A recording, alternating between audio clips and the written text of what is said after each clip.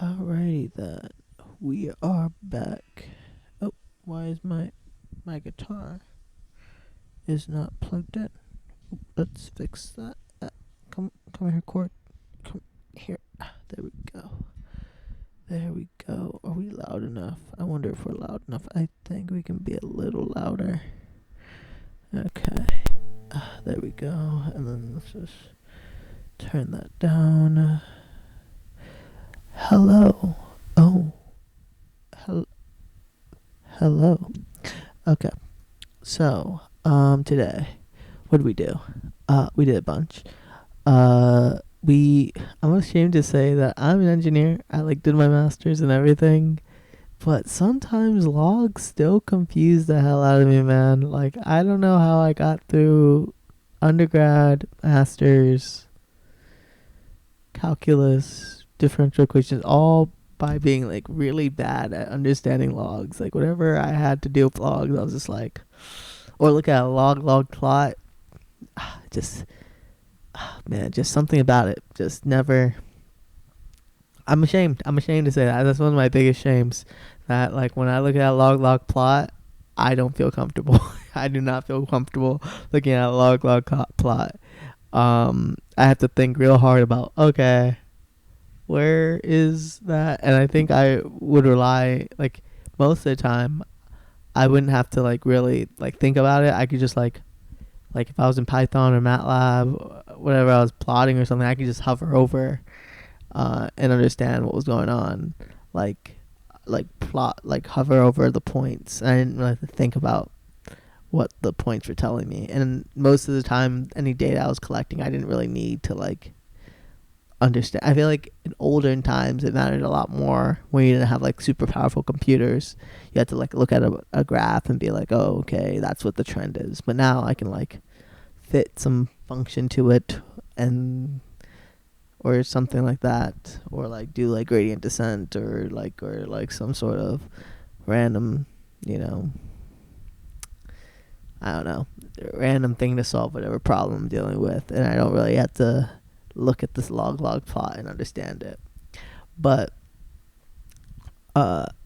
today I took one step, and also I work in controls, and I really should just understand it. I'm looking at log plots all the time, and I swear to you, I still they still.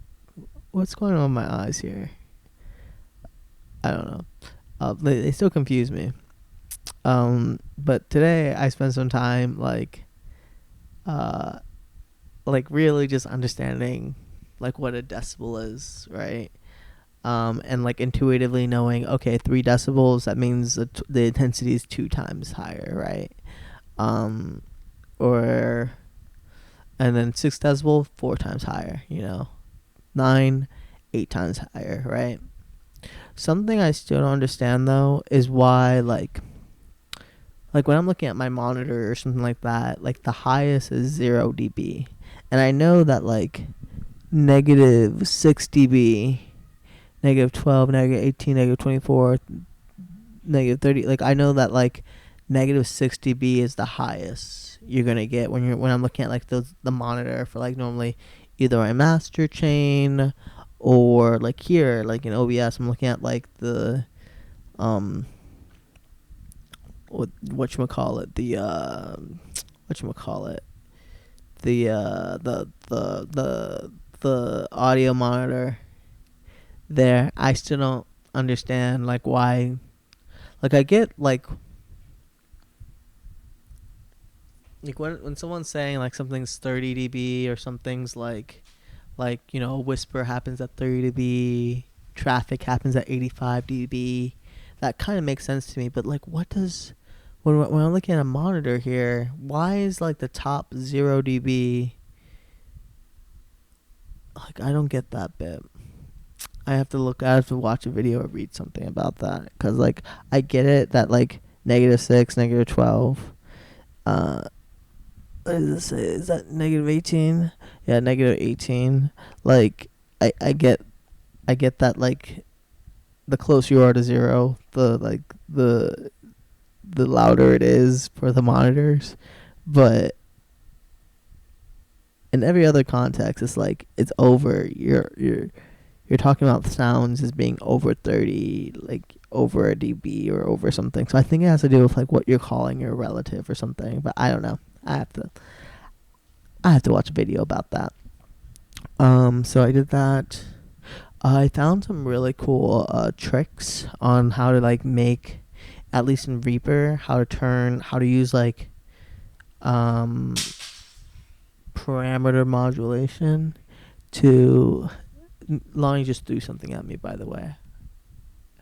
She hates me. It's on camera. It's on camera. When I go missing, you'll know why. They can't hear you. They can't hear you protest that you didn't say that. You didn't do that. All they know is what I'm saying. I'm the truth here. I'm the truth. She can't. You see, she can't do anything about this. Oh.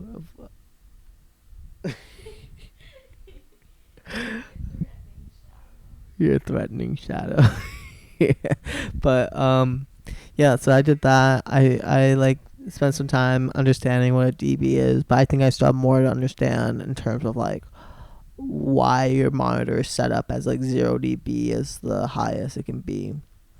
And like here I can turn this down to like negative 4 dB. I don't get that. Like I don't get that yet.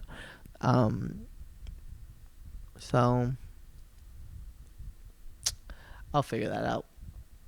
And then what else did I do? Oh, I found. Sorry, I went on a tangent. Just you messing with Lonnie. I found a cool trick. So let me show you the cool trick I learned. It's like a production trick, right? So I made this little.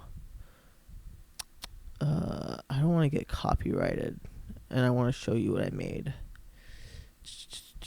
So what we'll do is we'll just like turn this up to like turn the rate up, and then it should play a little faster. Yeah. So, I don't think I'll get copyrighted for this now, but yeah, I did this, but I made a little freestyle. Deal with the pain, come with the chair. Let me come back, let me get real clear. I got that, let me get real clear. I got this, it's getting real square. Put it in your head, let me go right there. Go right there, let's go everywhere. Let me say it like that, let me get in the stare. Let me say it like that, let me get in the fair. Like, yeah, fair is real. Let me come back, let me get upstairs. Let me come back, let me pop a pill. Let me show you what I did real. Now we're scrolling, now we're going. Let's go back, now we're just going. I got that. This, now I'm just mowing on the grass, on the lawn. Let's go back, let's get it gone. I got this, we're so I got this, now we're that's the new spot. Let me get it real. Got but that's not what I want to show you. I want to show you this thing. Get that up. You can make a dynamic EQ. Let's come back, that's a babe. Let me show you a trade. Here's the car. Here's so hard. Okay, and this is what I'm talking about. You see like how like 0 dB is a top, right? But like you can make this go over, right? You can make this go to 12 dB. I can like push. I just don't get it. Like, and like I don't get where. What does this do? I had to understand this more. Like I really had to understand the mastering chain. Me come back, I'm a guy, yeah, don't mean that. Get a little humble, I got that. Let me spit that, just move that. I'm gonna show you what I like. But regardless, what I realized is you can make your EQ dynamic. And so I'm having this modulate off of I retract, I come back, I do this here. On this new track. Because this was like a problem frequency for Let me. me come back, go and eat like so damn sweet. Let me come back, I eat. Let me go and get a. Yeah, and I was listening to jazz. This is like this band here is like a what's it? Bad No Bad, or what's it called? Are they Bad No Good? Bad No Good. Let me double check that. Bad No Good. I think they're Bad No Good. Let me see. I'm checking. Come on, dude. Let me open up my music thing. Come on. Folders. Bad Not Good. Yeah, Bad Not Good 3. great jazz band. Honestly, I don't think I don't know if I ever be able to make something as good as this for a beat. But maybe one day. If I spend like 10 years doing it, surely I'll be able to do this, right? Like, this is a sick, like, instrumental. Like, just listen to the instrumental. Oh, ignore the freestyle for a second, but, like, so good. Deal with the pain, come with the chair. Let me come back, let me get real clear. I got that, let me get real clear. I got this, it's getting real square. Put it in your hair, let me go right there. Go right there, let's go everywhere. Let me say it like that, let me get in the stare. Let me say it like that, let me get in the fair. Okay, yeah, it's kind of fast, but that's just so that we don't get, I don't think it'll get copyrighted, because if it's sped up, YouTube won't be able to detect it, I don't think. And I just wanted to show you that. But yeah, that was a big thing that I did, like just like learning that production trick. And so also I used a couple other techniques here. Let me talk about a couple other techniques I learned here. Let's go back.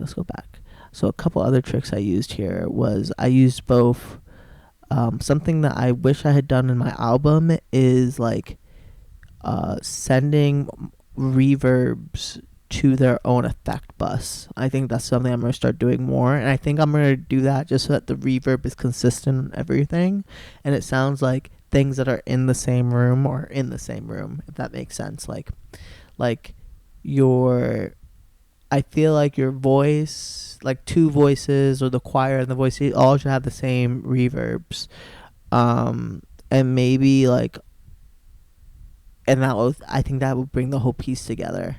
Like the drums should have the same. I don't know. I want to read a bit about that, like whether everything should have the same reverb, but I think they should. Like I think everything should have the same reverb, or like there should be a constant reverb that like communicates, hey, everything here is in the room together, right? And so I think sending everything through an effect bus is something I'm going to do. So that was one thing I did. I also am using both like parallel compression here, and serial compression, instead of just putting a limiter on my voice. I'm using this as like an aggressive compressor, to like just bring down the peaks, and then I'm doing like a parallel compression here that's like a little bit more gradual, and it's just to, like, color the sound a little bit more and like handle like the slower things. And that's where I'm actually adding in the gain here with this. So this is just to bring down those like really high peaks that we have like all throughout here. And so like all of this was like some, like, I think that writing, every day is important, but I also think that I want to get good at like mixing, mastering, and producing my own stuff. And this is like an instrument in and of itself. Like I think this is something I also have to practice, in the same way that I practice guitar, or if I practice, the same way I practice guitar, or I practice freestyling, like production techniques and mastering and mixing and everything that goes into like how a saturator works, how a compressor works. All of that is important if you want to like be doing it yourself. And I think that's like, I personally think that when I first started getting into what got me wanting to do the music stuff was this part, like the compressors, the saturators, limiters, EQing, all of that stuff. That's like felt very mathy, and like the engineering that I do in my day-to-day work, I that's really what got me into it. And I realized you can put so much emotion into the mix, right? And I honestly, I'm ashamed to say that like my ears aren't good yet, that sometimes I'll hear someone's mix and I'll be like, I don't really notice any difference there. But for my mixes, when I'm doing the mixing, I can kind of notice all like a lot. And I think that's a big thing that like a lot of times normal like everyday listeners won't notice the mix unless they're like have trained ears for it. But when you're for your own stuff, you'll be able to notice this stuff, and you'll become really sensitive to it as you're listening to a track over and over again. and so yeah, I think that that's something that I have to practice and train. And of course I'm not going to get like as good as someone who's doing this like 40 hours a day, no, sorry, 40 hours a week, every week. But I do think that like I will get to know my voice better than anyone else will, and I will be able to mix for it that's better for me and fits what I like. And I think I can get. I don't think I'll be good at mastering like a general populace, but I think I can get really good at getting the sound that I like, right? Um, and just do it and finding my own sound and crafting my own sound with my mixing techniques. And maybe it won't be what like I won't be the best at everyone else's, but I think for at least doing my own tracks, I think I could get pretty good at that. At least that's the hope. And I think that like when you how you mix it, right, puts so much emotion to it. Like it, whether the vocal's far, whether it's close, whether it's processed, whether it's compressed, whether it's reverb, whether it's like all of these things add so much emotion and like affect like the final song so much that I really want to be able to control that so I can tell the story I want to tell when I make music. And so that was another thing when learned about like decibels. I learned a lot more about that. Like I kind of already knew this, but like just like learning like just like I feel like learning a thing once is one thing, but you have to, I think if you really want something to stick in your brain, I think you have to learn it at least like 3 times for me, right? Like I think I have to learn a concept. I have to like learn a concept like at least 3 times, and then I keep reminding myself and have it come up in like day in day out for me to really like for it to really just be there and live in my brain. So that's one thing. Um, yeah, I did that. Learn about decibels. Learn some production tricks. Learn a lot more about compressors. And then what else did I do? Oh, and I practiced guitar for a little bit. I did my pentatonics, my scales. I started doing this little exercise. I did for the arpeggios. I can do 1 through 5 now, right? 1 through 5, I'm good. I still need on my 6th and my 7th one. For the 5th one that I learned today, it was it's kind of I realize it's pretty much the same thing as a G shape, with like one extra one extra thing, one extra note. Yeah, it's like so. That was cool. And then I practiced my pentatonics, my scales. Oh, and then I practiced like playing the same chord all around the neck, right? Like, I spent all this time. Let me show you. I spent all this time like learning the cage system, but I really don't use it in the way that I think most people use it, which is to know where all the chords are. I rarely ever do use it for that, but I'm starting to try to remember. Like, I can remember now where all the C shapes are. So all the C, like, wait, sorry, me. Yeah, so I can remember where all the C's are. So this is one C. Then this is the next C, right? And then where's the next C after that? That's A. And then you got your G, C. Wait, we got C here. Yep. This is a C. Then you got your C right here. And then you got the next C sitting right over here. I don't ever like playing like... I know you're supposed to do it this one, but that's like just feels so awkward to me, so I just kind of cheat and do this one. And it almost sounds the same, as long as I don't hit that last note. And then I do that, and then it's E. It's this one, right? And then it's the D, like this one here. And that's all the ones for C. So I kind of know all of them now for C. And I want to do the same thing for E. G, and it's like the same thing, and just having it like memorized. So I was just like trying to jump between there and be like, oh, C's here, C here, C here, C here, da da da da. And so that's one thing. I also realized something. The guitar is built so much around the pentatonic scale. I didn't even think about this, but the fact that like most of your open chords, like the C, A, G, E, those are all just your pentatonic notes. I don't know why that like it took me so long to realize that, but like C, A, G, E, D, those are just your pentatonic notes.